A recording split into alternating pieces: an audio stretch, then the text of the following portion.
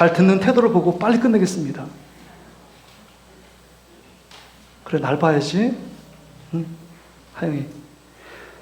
우리는 수많은 고민 앞에 서 있습니다. 대부분은 무엇을 먹을까, 무엇을 마실까, 무엇을 입을까에 대한 고민입니다. 예수님께서 그걸 아시고 마태복음 6장에 우리의 고민이 그것이 전부다라고 얘기하십니다. 우린 그런 고민이에요. 앞으로 노후로 어떻게 행복하고 편하게 살까?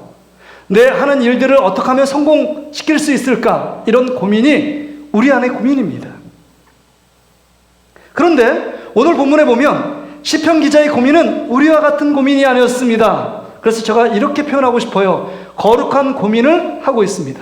그 고민이 뭐냐? 12절에 그렇게 기록되어 있습니다. 뭐라고 얘기하냐? 내게 주신 모든 은혜를 내가 여호와께 어떻게 보답할꼬? 이렇게 고민합니다. 내가 받은 은혜가 너무 큰데 여호와 하나님께 어떻게 보답할 수 있을까? 이런 고민을 하고 있다는 거예요. 왜 이게 거룩한 고민이냐? 여러분, 사람에게 도움을 받아본 적 있잖아요. 친구에게 도움을 받아봤습니다. 그럴 때 뭐 해야 돼요? 그냥 고마워 친구야. 절친님 그렇게 얘기하면 끝납니다. 아니면 커피 한 잔을 사든지 밥 한 끼 대접하면 그걸로 다 도움을 그냥 위로를 받고 친구도 그것을 받아들입니다. 여러분을 가르치는 학교 선생님이나 스승에게 가르침을 받아서 정말 내 마음에 감동과 기쁨이 있다면 그 선생님께 정성스러운 편지에 정말 정성껏 작은 선물 드리면 그것을 선생님은 안 좋게 하십니다. 그 선생님 뭐 차를 바라고 돈 몇천만 원을 바라는 건 아닐 겁니다. 그런데 여러분, 뭐가 문제냐? 지금 오늘 시편 기자는 하나님, 그 하나님이 누구입니까?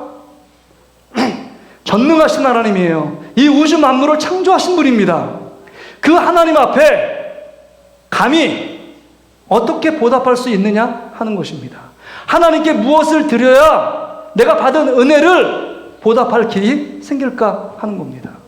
이거는 엄청난 고민이잖아요. 사람에게 무엇을 주면 끝나는 일을 하나님은 무엇을 받아야 은혜에 보답하는 길이 될까? 진짜 고민이 되지 않겠습니까? 하나님이신데. 여러분, 이런 고민 해보셨나요? 바라기는 우리 사랑하는 우리 동신교회 모든 성도들도 1년 동안 베푸신 하나님의 놀라운 은혜를 여러분 기억하면서 하나님 앞에 정말 어떤 것을 보답할까, 이렇게 거룩한 고민이 여러분 삶 가운데 넘치시기를 주의 이름으로 축복합니다. 축복합니다. 그런 고민이 있어야 돼요. 이런 고민을 갖고 살아가는 삶은 틀립니다. 그렇다면 오늘 그 시편 기자가 어떤 은혜를 받았기에 이렇게 하나님 앞에 정말 노심초사해서 은혜를 무엇으로 갚을까 생각하고 있을까 하는 것입니다. 여러분, 이 116편에 정말 많은 이야기를 담고 있지만 대부분의 학자들은 이 저자가 다윗으로 보고 있습니다. 다윗. 근데 한 절의 말씀을 통해서 내가 받은 은혜 3가지를 얘기하고 있습니다. 여러분 8절 보세요. 8절에 보면 하나님께서 자신에게 베푸신 은혜에 대해서 고백합니다. 3가지 은혜요. 8절 보세요. 우리 같이 한번 읽어볼까요? 시작. 주께서 내 영혼을 사망에서, 내 눈을 눈물에서, 내 발을 넘어짐에서 건지셨나이다. 이렇게 고백해요. 그러니까 하나님께 받은 은혜가 뭐냐? 너무 큰데? 첫 번째는요, 내 영혼을 사망에서 건져주신 은혜입니다. 다시 말씀드려, 지옥에 갈 수밖에 없는 자들을 지옥을 향해 막 무차별 내려가고 있는데 예수님께서 지옥문을 막고 이제는 그 우리들을 천국으로 인도하신 그 주님의 은혜, 그 주님의 사랑 때문에 우리가 구원을 받고 영원한 생명을 누리게 되었다는 겁니다. 여러분, 이것만큼 하나님께 큰 은혜가 있을까요? 아무리 힘들고 아무리 어려워도 예수님이 나를 구원하셨고 나에게 영원한 생명을 주셨고 내가 예수 그리스도를 믿는 믿음을 얻었고 내가 천국을 갖는 천국의 백성이 되었다. 이것만큼 하나님이 주신 은혜는 없습니다. 그러기에 그것 생각하면 아무리 힘들고 어려워도 나는 예수님밖에 없어. 맞아, 하나님 아버지밖에 없지. 그러면서 스물스물 올라오는 희망과 소망을 노래할 수 있습니다. 제가 대학교 1학년 때 구약 강의를 했던 김인환 교수님이 계십니다. 그 교수님이 이제 시간이 지나서 총신대 총장도 하시고 대신대 총장도 하셨는데 70대 초반으로 알고 있는데 지난주에 소천하셨습니다. 하나님의 부르심을 받았어요. 그래서 그 후배 목사들이 카톡이나 유튜브를 통해서 그 목사님의 마지막 설교, 고인의 마지막 설교가 무엇인지를 듣고 그 다음에 그 추도하는 시간을 가졌습니다. 근데 유튜브에서 영상이 온 거예요. 근데 마지막 설교예요. 근데 그 목사님이 이런 말씀을 하시더라고요. 저는 한평생 대부분 목사로 살아왔습니다. 교수로 살아왔습니다. 저에게는 암은 다른 나라 이야기고 다른 사람의 이야기지 내 이야기는 아니라고 생각했습니다. 갑자기 암이 들린 겁니다. 그 갑자기 암이 들려서 목사인 저도 두려움에 떨었습니다. 목사인 저도 그것 때문에 고통받았습니다. 잠을 이루지 못했습니다. 힘들었습니다. 그런 얘기를 하시는 거예요. 그런데 빌립보서 말씀을 묵상하다가 그 죽음의 공포, 그 다음에 여러 가지 내 병의 아픔과 그 고통의 나날을 생각하면서 말할 수 없는 기쁨과 감격이 있습니다. 그래서 빌립보서 1장 21절 말씀이 내 마음을 사로잡았습니다. 이런 얘기를 하시는 거예요. 우리 같이 한번 읽어볼까요? 시작. 이는 내가 사는 것이 그리스도니 죽는 것도 유익함이라. 왜 죽는 게 유익합니까? 모든 사람이 가장 두려워하는 것은 죽음이라는 거예요. 모든 사람이 죽음을 두려워합니다. 근데 죽는 것도 사도 바울이 유익하대요. 왜요? 사망에서 건져주실 예수 그리스도 하나님 아버지가 계신 줄 믿기 때문입니다. 할렐루야. 그런 믿음이 있었기 때문에 그 믿음을 내가 소유하고 있었기 때문에 그 하나님의 은혜 때문에 내가 지금 산다는 것입니다. 에베소서 2장 8절 9절에 이렇게 얘기하잖아요. 뭐라고 이게 우리가 구원받은 것도 하나님의 은혜래요. 너희는 그 은혜에 의하여 믿음으로 말미암아 구원을 받았으니 이것이 너희에게서 난 것이 아니요 하나님의 선물이라. 구원이 하나님의 선물이래요. 그 큰 하나님의 열매로 우리가 구원을 받은 거예요. 은혜 때문입니다. 하나님 베푸신 사랑 때문이에요. 그 우리가 어떻게 감사하지 않을 수 있겠어요? 그래서 행위에서 난 것이 아니니 이는 누구든지 자랑하지 못한다. 내가 구원받은 것이 여러분의 열심, 여러분의 찬양 열심히 하고 예배 열심히 드렸기 때문에 구원받을 자격과 조건이 되지 않는다는 겁니다. 사망 가운데 영원한 생명을 누릴 수 있는 그 이유는 하나님의 전적인 은혜인 줄 믿습니다. 그 은혜의식을 갖고 살아가는 자들은 이게 지금 다윗이 고백하잖아요. 내게 주신 모든 은혜를 내가 여호와께 어떻게 보답할꼬? 라고 고민하는 것입니다. 거룩한 고민이 그의 마음 가운데 있었다고 하는 겁니다. 바라기는 우리 사랑하는 성도들이 내 영혼이 사망에서 건져주시는 그 하나님의 은혜에 감격하며 살아가는 저와 여러분 되시기를 주의 이름으로 축복합니다. 이것만큼 더 큰 은혜가 없어요. 또 두 번째 여기 은혜를 얘기합니다. 뭐라고 얘기합니까? 내 눈을 눈물에서 건져주었다. 그렇게 얘기하는 거예요. 여러분, 눈물을 언제 흘립니까? 간간이 정말 기쁠 때 눈물 흘리더라고요. 그 도쿄올림픽에 저기 펜싱에서 금메달 딸 때 감격에 막 눈물 흘리더라고요. 그 4명이서. 기쁠 때 눈물 흘립니다. 근데 기쁜 날이 별로 없잖아요. 대부분 눈물 흘리는 것은 우리 안에 슬픔이 찾아올 때, 고통이 찾아올 때, 환난이 찾아오고 억울한 일을 당하고 오해를 받고 기가 막힌 일들 가운데 거할 때 우리가 눈물을 흘리는 것 아닙니까? 그 환난, 슬픔 중에서도 눈물을 보시고 주님께서 그 눈물을 닦아주시는 그 주님의 놀라운 은혜 때문에 하나님의 은혜를 보답하고 싶다라고 다윗은 고백하는 것입니다. 여러분, 다윗의 인생을 보세요. 눈물 없이 살 수 있었습니까? 사울에게 쫓깁니다. 뭐 잘못한 게 있다고 10년 넘게 늘 죽음의 사선을 넘어서요. 다리 2발 쭉 뻗고 잠을 이루지 못한 세월이 너무나 긴 세월을 보냈습니다. 왕이 돼서요, 슬픔이 없었나요? 여러분, 압살롬의 반역이 있어서 아들과 칼불을 대면서 싸워야 되는 어마어마한 환난과 고난의 터널을 지난 사람이 다윗입니다. 이런 다윗이 그런 고난의 구비구비 속에서도 그 슬픔의 그 밑바닥 속에서도 하나님의 전적인 은혜 때문에 눈에 눈물을 닦아주시고 그 슬픔과 고통이 변하여 기쁨과 소망의 나날로 하나님을 찬송하며 영광 올릴 수 있는 그 삶으로 변화시킨 그 하나님 앞에 감사와 찬양을 드리고 있는 것입니다. 또한 세 번째 하나님이 주신 은혜는요, 여기 보니까 내 발을 건져주신대요. 넘어짐에서 건져주셨대요. 이 말은 원수와 대적들이 있다는 겁니다. 다른 종교는 원수들이 없어요.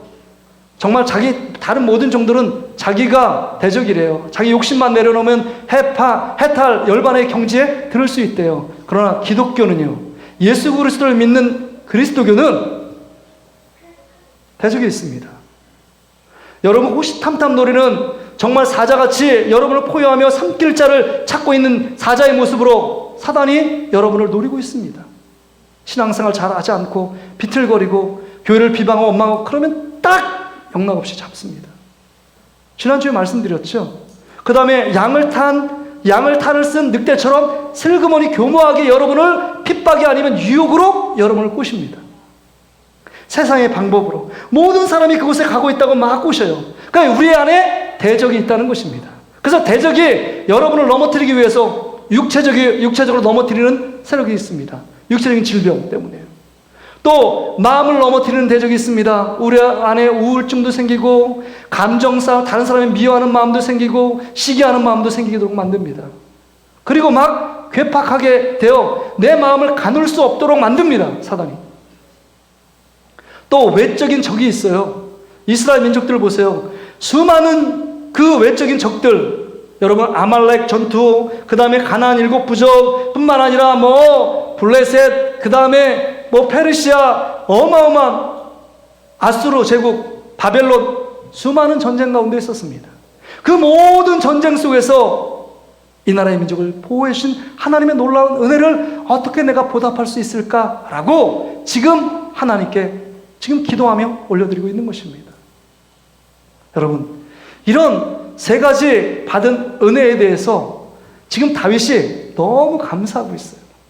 너무 감사하고 있어요. 근데 여러분, 우리의 문제는 뭔지 아세요? 우리의 문제는요, 하나님이 주신 은혜에 대해서 너무 잘 잃어버린다는 겁니다. 깨닫지 못하는 겁니다. 정말 예수 그리스도 하나님이 정말 우리 삶 가운데 영적인 눈이 개한되어 열린다면 날마다 하나님을 찬송하며 영광 올려드리지 않을 수 없습니다.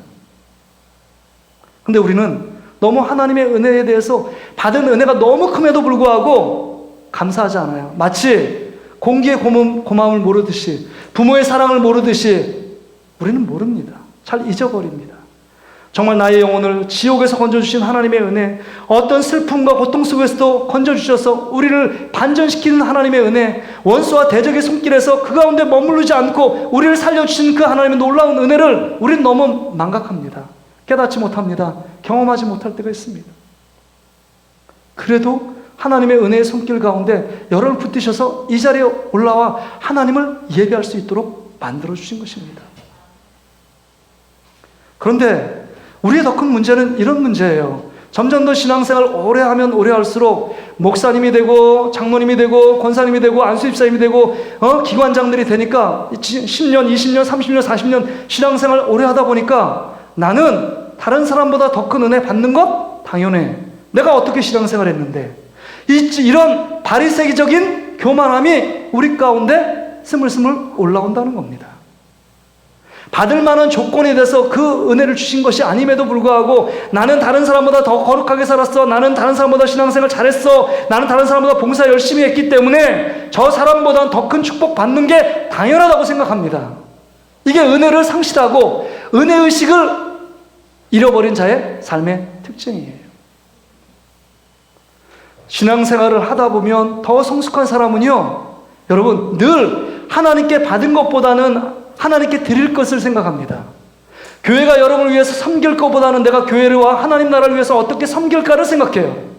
철들은 자녀를 보면 부모에게 어떻게 하면 그 부모의 마음을 헤아리고 그 부모의 마음을 기쁘게 해드릴까를 생각합니다. 이게 효도하는 자녀의 삶의 모습 아닙니까? 그런데 우리가 하나님께 받는 것을 당연하다고 생각해요. 어느 순간에. 섬김을 받으려고 합니다. 이게 하나님의 은혜의식이 사라진 자들의 삶의 특징이에요. 목사인 저부터도 받기를 좋아한다. 이게 은혜의식이 사라진 겁니다. 하나님께 무언가를 드리려고 말하고 내게 주신 모든 은혜를 내가 여호와께 무엇으로 보답할까 이런 늘 생각하는 사람, 이런 삶은 삶의 밀도, 신앙생활이 틀립니다. 생각 자체가 틀려요. 그래서 오늘 저를 보세요. 설교를 마무리합니다. 두 가지를 지금 다윗이 결단해요. 하나님께 은혜를 보답할 수 있는 두 가지가 뭐냐? 첫째는 뭔 것 같습니까? 오늘 1절 2절을 보세요. 1절 2절. 여호와께서 내 음성과 내 간구를 들으심으로 내가 그를 사랑하는도다. 그의 귀를 내게 기울이셨으므로 내가 평생에 기도하리로다. 여러분, 첫 번째 결단이 뭐냐? 평생의 기도예요. 한번 따라서 평생의 기도. 평생의 기도. 평생의 기도. 아, 목사님, 평생의 기도는 하나님이 기도해서 나에게 하나님이 주시는 건데 이게 무슨 보답입니까? 하나님께 드리는 것입니까? 맞아요. 기도가 여러분 응답 받는 것도 맞습니다. 그러나 여러분, 기도의 처음에 첫 번째 목적은 기도는 하나님을 구하는 것입니다. 하나님의 뜻을 찾는 것입니다.